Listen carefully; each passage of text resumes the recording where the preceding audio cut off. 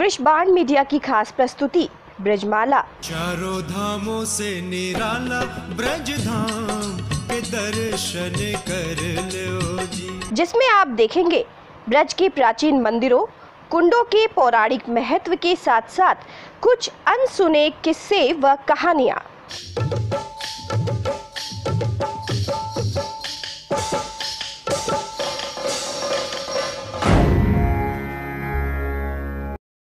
हम इस वक्त मौजूद हैं मथुरा शहर के निकटवर्ती जो वृंदावन के लिए मार्ग जाता है, वहाँ पर जयसिंहपुरा क्षेत्र है।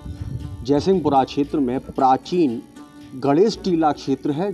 आप देख सकते हैं अपनी स्क्रीन पर ठाकुर श्री गणेश जी महाराज सिद्धि विनायक मंदिर गणेश टीला मथुरा। ये प्राचीन मंदिर बताया जाता है और कहा जाता है कि लगभग इस मंदिर का इतिहास करीब 500 वर्ष पुराना है। 500 वर्ष पूर्व स्थापित किया गया यह मंदिर आज जन जन की आराधना का, जन जन के भगवान गणेश के जो भक्त हैं उनकी आराधना का प्रमुख केंद्र माना जा सकता है।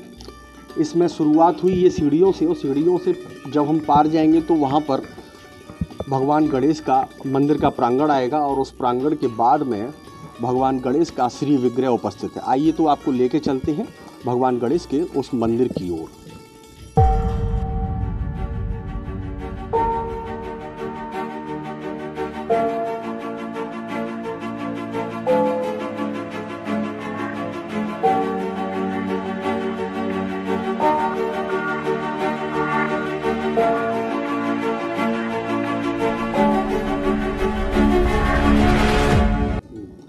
और अब हम आ चुके हैं गणेश टीले के उस प्राचीन श्री गणेश मंदिर में, जहां पर आप देख सकते हैं कि ये मुख्य द्वार है इस मंदिर का। और मंदिर के अंदर जैसे ही हम प्रवेश करते हैं तो एक मतलब शब्दों में क्या बयां करूं, लेकिन एक सकारात्मक ऊर्जा का यहाँ संचार होता है। ये प्राचीन श्री विग्रह भगवान गणपति का, उमापति यहाँ विराजे हुए हैं। उमापति के ये प्रिय सुत कहा जा सकता है इन्हें। ये माता पार्वती के द्वारा जिस तरीके से भगवान गणेश की उत्पत्ति की गई, ये जग जाहिर एक प्रसंग है, कथा है। इसके विषय में तो मैं क्या प्रकाश डाल सकता हूँ। जब रिद्धि सिद्धि के दाता स्वयं यहाँ विराजमान हो और उसके बाद में उनके प्रांगण में यहाँ हम मौजूद हैं और साथ में यहाँ पर भगवान गणेश के सेवायत मौजूद हैं, इनसे बात करेंगे कि आखिर क्या है इस मंदिर का महत्व और किस कारण से आज भगवान गणेश जग प्रसिद्ध होने के साथ जन जन के प्रिय आराध्य प्रभु बने हुए हैं। क्या है इस जगह का महत्व, इस सब को लेकर के आपसे बात करेंगे। जी, स्वागत है आपका वृषबाण के इस विशेष कार्यक्रम में। भगवान गणेश कहने को तो प्रथम पूज्य कहे जाते हैं। हिंदू धर्म के अनुसार विभिन्न प्रकार की किंवदंतियाँ भी इनके साथ जुड़ी हुई हैं। एक दंत भी कहा जाता है इनको, रिद्धि सिद्धि के दाता भी कहा जाता है। आप ठाकुर जी की सेवा में लगे रहते हैं। क्या नाम है आपका? मेरा नाम देवकीनंदन चतुर्वेदी है। जी, देवकीनंदन जी, कितना प्राचीन इतिहास है इस मंदिर का? ये प्राचीन स्थान आपके ठाकुर जी जो हैं वो तो काफ़ी पुराने हैं, काफ़ी समय के जाकर के मंदिर समय समय पर परिवर्तन होता रहा है। जैसे छत्रपति महाराज शिवाजी हुए, आपके हिम्मत बहादुर सेठ हुए, आपके खाने राव हुए, आपके गंगाधर राव हुए, सवाई मानसिंह जी हुए, इनका बहुत बड़ा प्रोत्साहन इस मंदिर के प्रति रहा है। जो ब्रिटिश हुकूमत में मंदिर जाकर के उन्होंने अटैच कर लिया था, जो उसमें उन्होंने ही अपना योगदान दे करके उस मंदिर को जाकर उनसे मुक्त कराया था। और ये अंबिका वन है, जैसे 84 वन है। 84 वन में मथुरा और वृंदावन के बीच में ईशान्य कोण से वायव्य कोण के लिए जाता है, जो कि महाविद्या देवी उस समानी पर बसी हुई है। ये अंबिका वन है। अंबिका वन के अंतर्गत ये गणेश देवालय है, जो कि सामने पूर्व दिशा में कल करके यमुना जी महाराज जी जाकर के बह रही है। किसी समय मंदिर से सटीक होकर के ही वो चलती थी। अब समय के पुकार है, वो धीरे धीरे चारों तरफ से अवरोधक खड़े हो गए, तो यहाँ से करीब 1.5 किलोमीटर यमुना महारानी पहुँच गए हैं, जो कि पहले नियमित उसी जल से यमुना जी महारानी के उसी से अभिषेक वगैरह सब कार्यक्रम मंदिर में चलते थे। और ये बहुत ऐतिहासिक स्थान है।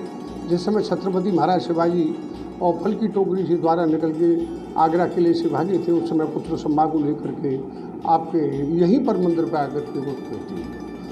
ठाकुर जी के स्थान का ये सबसे बड़ा महत्व है कि जो जिस अपनी आराधना को लेकर के आता है, मेरे मन में जिस विचार को लेकर आता है, उसको तत्काल मनोवांछित फल की सिद्धि गणेश जी महाराज प्रसन्न होकर के और उस भक्ति के कार्य को पूर्ण करते हैं। तो यही सुनते रहते हैं, महाराज मेरा कार्य हो गया, मेरा कार्य हो गया, मेरा कार्य हो गया।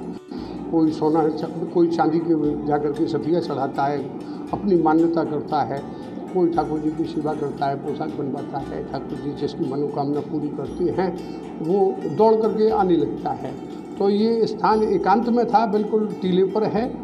ये चौतरफा चारों तरफ से बस्ती नाम की कोई चीज़ नहीं थी। आज चारों तरफ कॉलोनियाँ वगैरह बन गई हैं, तो चारों तरफ से घिर गया है। अब ये 22 तारीख को ठाकुर जी का जन्मोत्सव है, जिसमें किसी समय हजारों भक्ति आते रहे हैं। अब ये लॉकडाउन होगा, क्योंकि शनिवार रविवार का लॉकडाउन है, इसकी वजह से हमने भी यही निर्णय किया है कि हम मंदिर को अपने को बंद रखेंगे और जो भी सेवा है, अभिषेक है, जो भी पूजा पद्धति है, वो हमारी अंदर चलती रहेगी। जनता के लिए ये नहीं खुला रहेगा। ठाकुर जी की ऐसी कुछ मर्जी है, समय है, कोविड-19 की वजह से सब भयभीत हैं। ये कैसे भी जल्दी से जल्दी यहाँ से और ठाकुर जी महाराज इस जनता रूपी जनार्दन को जाकर के उसके ऊपर जो काल चक्र है उसको हटावें, यही मैं सदैव प्रार्थना करता रहता हूँ। गणेश जी महाराज की कृपा तो सब वगैरह तो ये सब होती रहती है। अब नहीं तो अगली साल होगा जोरदारी से। अब इस समय नहीं है, तो इस समय जैसी पोजीशन है, जैसा समय है, उसके मुताबिक हमको चलना होगा।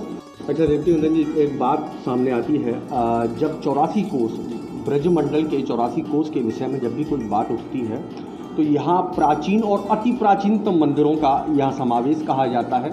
लेकिन साथ में एक कथा सी कुछ उठती है कि जब अंग्रेज़ों का, जब मुग़लों का शासन भारत पर हुआ करता था, उस दौरान ख़ास तौर से ब्रजमंडल क्षेत्र के विभिन्न मंदिरों पर उनका आतंक भी छाया था। मुग़लों ने कई मंदिरों को क्षति भी पहुंचाई थी। अंग्रेज़ों का भी धीरे धीरे करके इसी प्रकार का कुछ वर्चस्व सामने आता, प्रकाश में आता नज़र आता है। ऐसे में इस मंदिर को लेकर के भी कोई ऐसी खास बात है? मंदिर पर आज आप देख रहे हैं कि इस मंदिर पर गोपुर नहीं है, क्योंकि चारों तरफ वृक्षावली और एक तरफ से जंगल था, बिल्कुल वन था, अम्ब का वन, जिसमें ये टीले पर विराजमान था। मैं यही सोचता रहता हूँ कि सभी मंदिरों के ऊपर गोपुर बनी हुई है, परंतु गणेश जी महाराज के मंदिर के ऊपर गोपुर नहीं है, क्योंकि इस मंदिर और इस जयसिंहपुरा के क्षेत्र में जयसिंह महाराज जो जयपुर नरेश थे, उनका स्थापित किया हुआ ये गांव है। तो इस पर कई बार मुग़लों ने चढ़ाई करी थी, जिसके कारण उन्होंने छुपा करके ही इस मंदिर को उस समय के पीरियड से निकाला था कि किसी को ये जानकारी न हो कि यहाँ कोई मंदिर है, क्योंकि एकांत की जगह था और निहंग जंगल था। अब ठाकुर जी की मर्जी होगी तो आगे फिर बन जाएगी, कोई निर्माण होगा, परंतु आज तक यहाँ पर इस मंदिर पर कोई मत नहीं है। वो क्यों नहीं बनवाई, किस लिए नहीं बनवाई, ये मैं नहीं कह सकता हूँ। उनकी विचारधारा क्या थी, जिन पूर्वजों ने, जिन महाराज लोगों ने और राजा महाराजाओं ने इनकी सेवा करी थी, वो इतना ही कहूँगा कि जो मर्जी ठाकुर जी की, जो आज की यदि वर्तमान स्थिति देखी जाए, जैसा कि आपने स्वयं बताया कि कोविड-19 का एक प्रकोप पूरे भारत देश में है, पूरे समूचे विश्व में माना जा सकता है। ऐसे में प्रभु के अवतरण का जो प्रक्रिया पूरी संपन्न होगी, आपने बताया गणेश चतुर्थी के दिन ठाकुर जी का प्रादुर्भाव दिवस मनाया जाना है जी। इसके दृष्टिगत व्यवस्थाएं आपने कर ली गई हैं जी। यदि कोई भक्त अपने आराध्य के दर्शनों की आकांक्षा लेकर के मंदिर प्रांगण तक पहुंचता है, तो ऐसे में उसकी मनोकामना कैसे पूर्ण करवाई जाएगी? मैं बाहर, ये चैनल हमारा खुला रहेगा जी। और चैनल से बाहर, गेट के बाहर जाकर के खड़े होकर के अपने दर्शन इतना कर सकता है। हम मंदिर में नो एंट्री है जी। मंदिर में पूर्ण रूपेण शासन के दिशा निर्देशों का पालन, उसका हम पालन करेंगे पूरा और उसको हम नज़रअंदाज नहीं कर सकते हैं जी। क्योंकि वो व्यक्तिगत भी ही, यदि हमारे ऊपर भी किसी प्रकार, अपनी सुरक्षा के लिए कौन कैसा है हमको इसकी जानकारी नहीं है। इसलिए हमने यही निर्णय किया है कि हम अंदर मंदिर परिसर में किसी को नहीं आने देंगे, वो फाटक बंद रहेगा और उसके अंदर ठाकुर जी की जितनी आराधना है, जितने भी क्रम हैं, वो सब पूरे किए जाएंगे। धन्यवाद। इस तरीके से हमारे साथ रहे गणेश टीले के प्राचीन गणेश मंदिर के सेवायत देवकीनंदन जी, जिन्होंने स्पष्ट रूप से, जब हम इनसे बात करने के लिए यहाँ पर आए तो इन्होंने हमको भी स्पष्ट रूप से निर्देशित कर दिया कि क्योंकि शासन ने कोविड-19 के चलते गाइडलाइन जारी की है, बहरहाल मैं मास्क लगाए बिना बात नहीं कर सकता हूं और आपको भी मुझे मास्क लगाकर उचित दूरी से ही मुझसे बात करनी हो तो आप करिए, अन्यथा मैं करने में असमर्थता जाहिर करता हूं। हमारा द्वारा जब इनको विश्वास दिलाया गया उसके बाद में इन्होंने अपना मास्क, क्योंकि एक प्रक्रिया होती है, साक्षात्कार के दौरान जब तक बताने वाले का चेहरा हम आप तक नहीं पहुंचाएंगे तो निश्चित तौर पर कुछ सामंजस्य नहीं बैठ पाता है, वार्ता क्लियर नहीं हो पाती है। जब हमने आपको पूर्ण रूप से भरोसा दिलाया उसके बाद आपने हमसे बात करने के लिए राजी हुए और उसी तरीके से मास्क हटा करके, क्योंकि साक्षात्कार की एक प्रक्रिया होती है, उसको हमने भी अपनाया। उचित दूरी से हमने आपसे बात की। आपने इस प्राचीन मंदिर की पुरानी पद्धति के अनुसार जो भी अब तक की प्रक्रिया है राजा जयसिंह के द्वारा जिस तरीके से यहाँ के क्षेत्र की बसावट की गई, उसके बाद इस मंदिर की क्या व्यवस्थाएं हैं, करीब करीब 500 वर्ष पुराना इस मंदिर को आपके द्वारा बताया गया। और इस मंदिर में अब क्योंकि आगामी 22 अगस्त को श्री गणेश चतुर्थी का पर्व मनाया जाना है, परंतु कोविड-19 के दिशा निर्देशों के क्रम में उत्तर प्रदेश सरकार के द्वारा जारी की गई गाइडलाइन को लेकर शनिवार और रविवार को जारी लॉकडाउन के बीच वो उत्सव मनाया जाएगा। तो उस उत्सव के आयोजन को लेकर के क्या प्रक्रियाएं अपनाई जाएंगी, किस प्रकार से वो उत्सव संपन्न किया जाएगा, प्रभु की, ठाकुर जी की जो भी पद्धति है उस उत्सव के आयोजन की पद्धति को अपनाते हुए श्रद्धालुओं को दूर रखा जाएगा। मंदिर के मुख्य पट बंद रहेंगे परंतु जालियां खुली रहेंगी, जिससे कि यदि कोई भक्त गाहे बगाहे मंदिर तक पहुंच जाता है तो उसे अपने आराध्य ठाकुर जी के दर्शनों के पुण्य लाभ से वंचित न किया जाए। इसकी भी पूर्ण रूपेण मंदिर के द्वारा व्यवस्थाएं की जाएंगी और साथ ही प्रभु का अभिषेक एवं अन्य जो भी व्यवस्थाएं होंगी वो संपन्न कराया जाएगा।